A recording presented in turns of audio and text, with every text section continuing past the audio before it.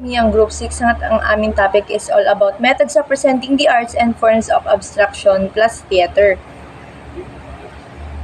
Methods of presenting the arts. We have 7 methods. But what is method of presenting the arts? In art, this is the attempt to portray the subject as it is. Likewise, in presenting the art, the artist uses different methods to express the idea he wants to make clear. The methods used by the artist are first realism, second abstraction, 3 is symbolism, 4 is fauvism, 5 is dadaism, 6 is futurism, 7 is realism. First is realism.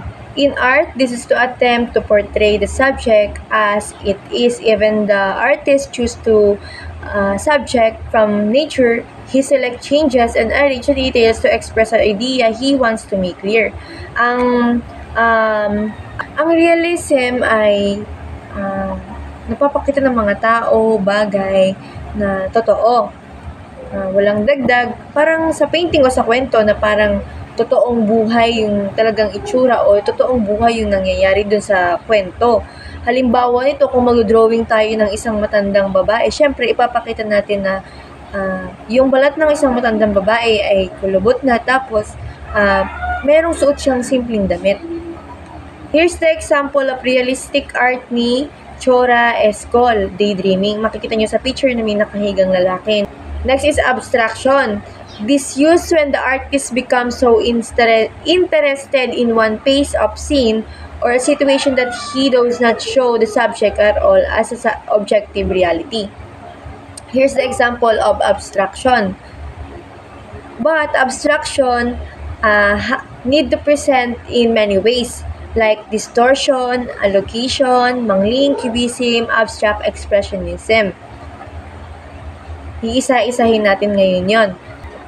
First is distortion. Distortion is clearly manifested when the subject is misshapen, conditioned, or the regular twisted out. Ito yung mga painting or mga work or mga arts na merong hindi pantay-pantay na shape or may pagkakaiba-iba ng lining or ng drawing. Meron silang kanya-kanyang way ng paggawa. Like for example, itong gawa ni Jonathan Thunder na social distortion. Next is allegation. Allegation, it refers to that which is being lengthened or protraction or an extension. Like for example, itong the crucifixion ni Jesus Christ, El Greco, Christ, and Crux. Ayan. Next is mangling. This may not be a commonly used way of presenting an abstract subject, but there are few artists who show subject or objects which are cut, lacerated, mutilated, or hacked with repeated blows. Here's an example ng abstraction mangling, Queens and Vagabonds. Next is cubism. Cubism stresses abstract form through the use of a cone, cylinder, or sphere at the expresses of other pictorial element. Show form in basic geometrical shape. Here's the example. The Three Musician ni Pablo Picasso. Kita nyo sa picture. Next is, the last one is abstraction expressionism. Abstract expressionism styles of painting what originated in New York City after World War II, characterized by great verve, the use of large canvases, and a deliberate lack of refinement in the application of point. Strong color, heavy impasto, uneven brush stroke, and raw texture. Sample of abstraction expressionism ni Jackson Pollock painting. Ayan, makikita niyo. Parang pinagsama-samang mga painting, mga color ng paint. Next is, let's move on to our topic, which is the methods of presenting the art. The third is symbolism. The presentation of an invisible sign such as an idea or a quality into something visible. Ang symbolism ay nagsisimbolo o gumagamit ng mga bagay o imahe na may mas malalim na kahulugan. Halimbawa, nag-drawing ng kandila. Hindi lang simpleng kandila hindi lang siya basta simpleng kandila. Pwede siyang mga hulugan na pag-asa o alaala ng isang mahal sa buhay. Here's the example of symbolism ni Juan Luna Espolarium. Ayan. Nakikita niyo siya. May kahulugan tong painting na gawa ni Juan Luna. Ngayon naman dumako tayo sa Fauboism. Ano nga ba ang Fauboism? Ang Fauboism ay isang pangunahing kilusan ng sining na lumitaw noong unang bahagi ng 90s na umusbong mula 1903 hanggang 1907. Kilala ito sa matapang na paggamit nito ng mga matitingkad na kulay na namumukod-tangi sa mga tradisyonal na estilo ng sining. Hindi tulad ng iba na mga kilusan, ang Fauboism ay isang naglalayo magpahayag ng malalim na ethical, philosophical o psychological na mga ideya. Sa halip na nakatuon ang mga artista sa pagkuha ng mga damdamin ng nakaginhawa, kagalakan at kasiyahan sa kanilang paggawa. Ang discarding ito ay nagbigay sa kanila ng mga pagpipinta ng isang buhay na imahinasyon at kadalasang parang panaginip ng kalidad. Ngayon naman, ang Dadaism ay isang kilusang pangsining na isinilang noong 1916 sa Zurich, Switzerland bilang anyo ng protesta ng mga artista at makata laban sa kaguluhan ng digmaan. Tumalikod ito sa mga nakasanayang pamantayan ng sining at gumamit ng mga kakaiba at minsan nakakagulat na paraan upang ipahayag ang kanilang damdamin. Ang Dadaism ay layunin nilang gisingin ang kaisipan ng pampubliko sa pamamagitan ng mga palabas, tula at likhang sining na tila walang saysay ngunit may malalim na mensahe. Kilala ang Dadaism sa pagiging mapaglaro, eksperimento at pasuway na inaasang anyo ng sining. Ang salitang dada na nagmula sa Pranses na ibig sabihin ay hobby horse ay sumailalim sa kabaliwan at kawalang lohikal na kanilang sinadya upang ipakita ang kaliitutuhan ng panahon. Ang katlo naman, ang Surrealism, ay isang kilusan sa sining at panitikan na itinatag sa Paris noong 1924 ng Pranses na makata na si André Breton. Ginamit ng mga Surrealist ang sining bilang sandata laban sa mga mali at manunupil na batas o paniniwala ng lipunan. Hindi tulad ng Dadaism na tumutok sa kabalintuan ng kawalan kasaysay, layunin ng Surrealism na ipakita ang mas mataas at mas malalim na realidad kaysa sa karaniwang buhay. Kadalasang hango sa panaginip, imahinasyon at malayang pag-iisip ang kanilang mga likha. Ang salitang Surrealism ay mula sa pinagsamang super at realism na nangangahulugang higit pa sa realidad.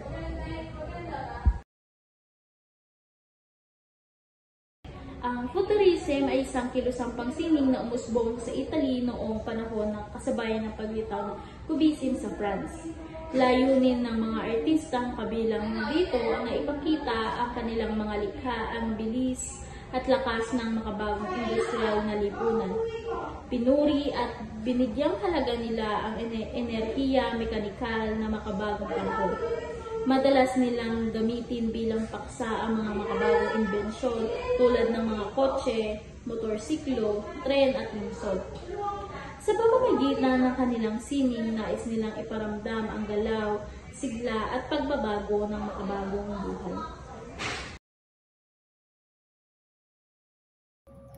An abstract form is a kind of arts wherein we can draw anything we want, such as lines, box, color, depending on our interest.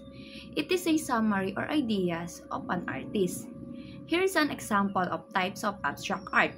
Number 1. Geometric abstraction is a form of arts that uses of geometric shapes to combine to another shapes to create a non-objective composition. 2. Lyrical abstraction is a type of arts that characterize as free to create an arts depending on the interests, emotion, and thoughts of an artist. Action painting, a style of painting creating such as spontaneous gesture. It means an artist's gesture is through itself. The artist can flinging, dripping, and splashing on the canvas. 4. Hard edge painting, An arts wherein the style is characterized by a shapes and colors with hard edges. 5. Abstract interpretation. Uses of visual elements such as color, form, and texture to evoke emotion and ideas. 6. Vestige is a touch art movement. It characterized by a simplicity by using a horizontal and vertical lines with a primary color on it.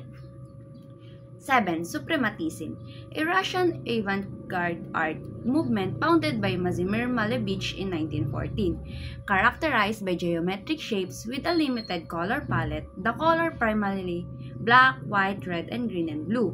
It focuses on feeling and perception rather than representational art. 8. Cubism, a revolutionary new approach to represent the reality invented around 1907 to 1908 by artists Pablo Picasso and George Braque. The combined different views of subject to same picture resulting in paintings that appear fragmented and abstracted. 9. Op art, uses of geometric patterns that arrange by their shapes and colors to create an optical illusion. 10. Gestural abstract art. It is known as action painting. The style is abstract that characterized by spontaneous and energetic brush strokes by doing the natural gesture of an artist. 11. Minimalism abstraction. Uses of geometric patterns, simple forms, and limited color palette to create a work that only focuses on the shape, color, and space. 12. Constructivism. It's also a quite similar to minimalism that aligned to the aesthetic industrial design. 13. Cubism, a short-lived but influential art movement that emerged in France. This art was characterized by bold, non-naturalistic color. 14. Abstract art. These arts that not attempt to represent an accurate depiction of a visual reality. Instead, it uses shapes, color, and forms to achieve the effect. 15. Color-filled painting. It is similar to action painting. It also spontaneous painting. This painting often without the use of figures or specific image. The color itself would be the subject of the art. 16. Abstract Impressionism. It is a post-World War II art movement in New York that characterized by a large scale. It emphasized spontaneous gestural brushstrokes in large and flat areas. The artists of an abstract expressionism wanted to view the total experience of their art. 17. Surrealism, an art to represent the wrong version of unreality by manipulating image of the real world. It is also to open the mind of the unconscious people to express themselves. 18.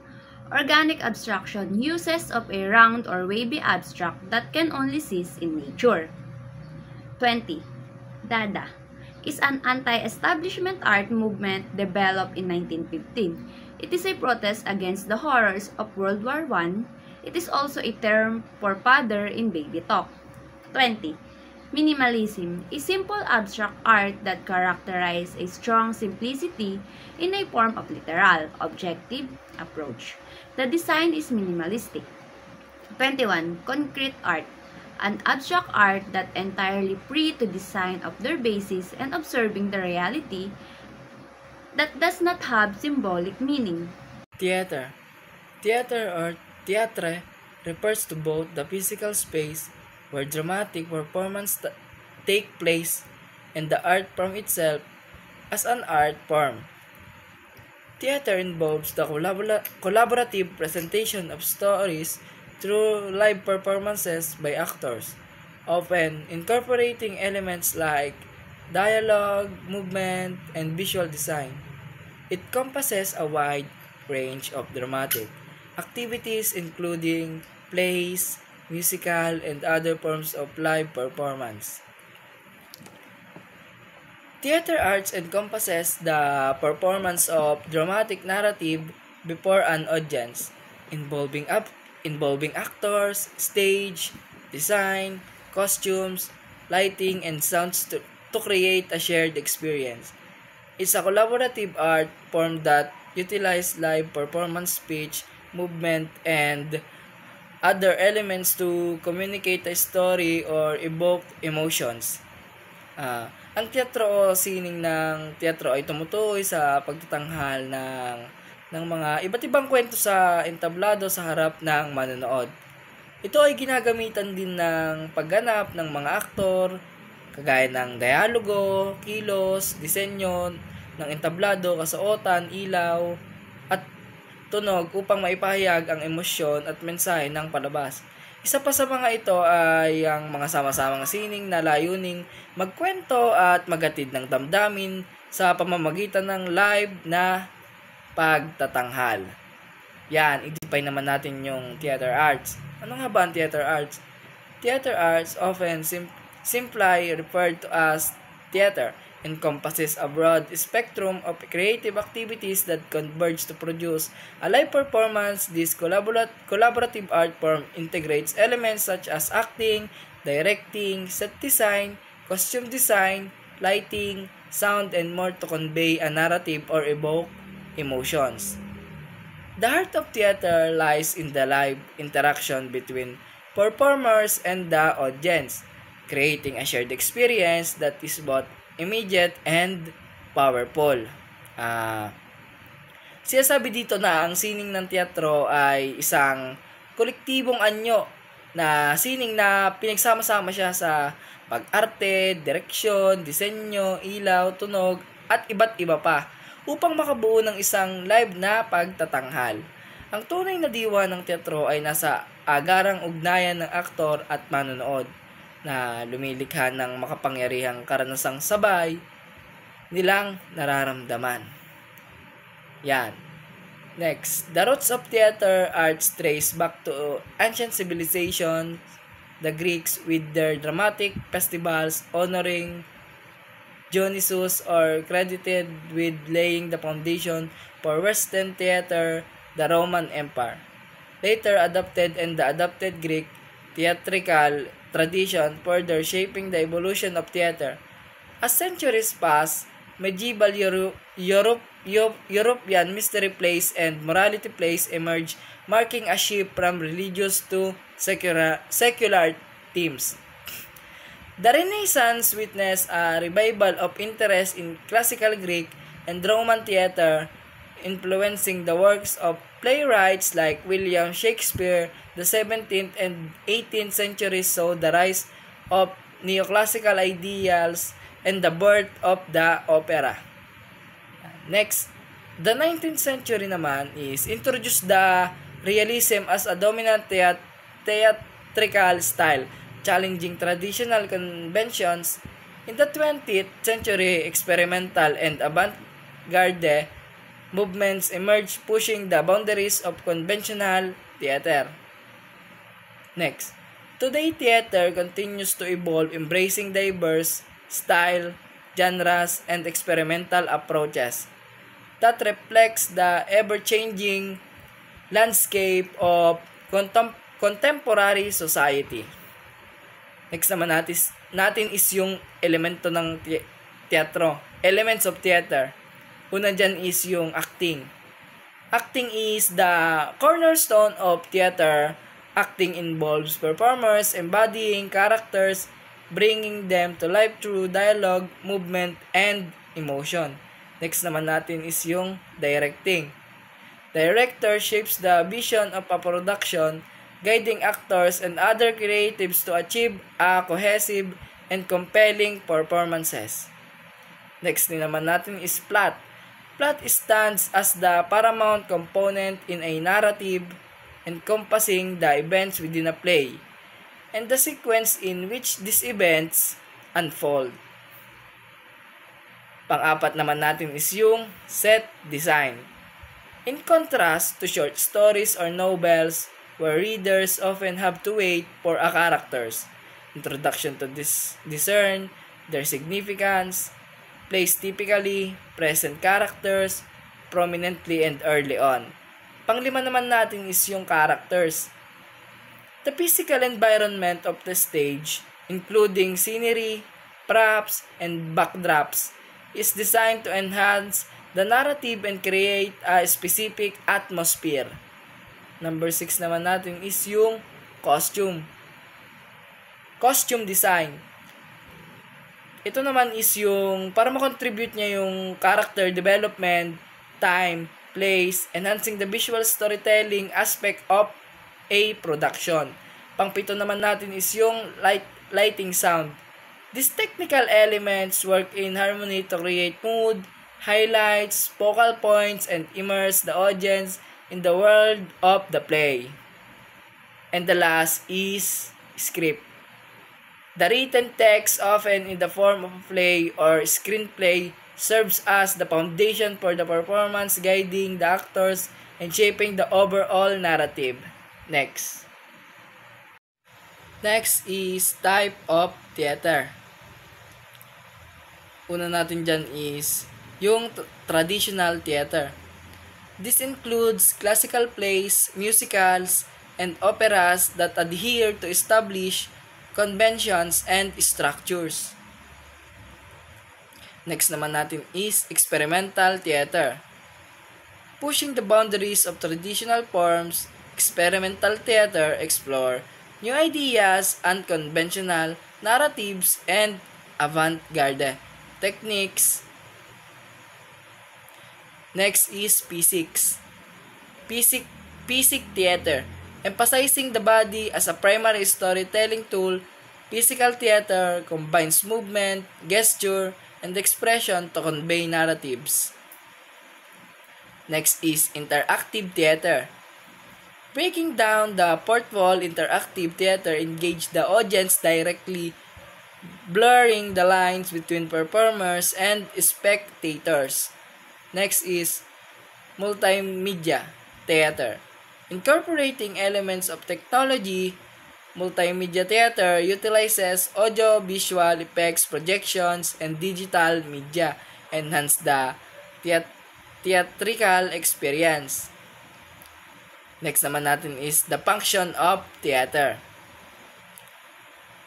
The function of theater extends beyond mere entertainment, becoming a powerful force in shaping culture and society. Theater serves as a reflection of a society values, beliefs, and struggles, providing a mirror through which audience can explore and question their own experiences. Numerous plays delve into societal issues, offering a platform for critical reflections and discussions on topics such as politics, human rights, and social justice.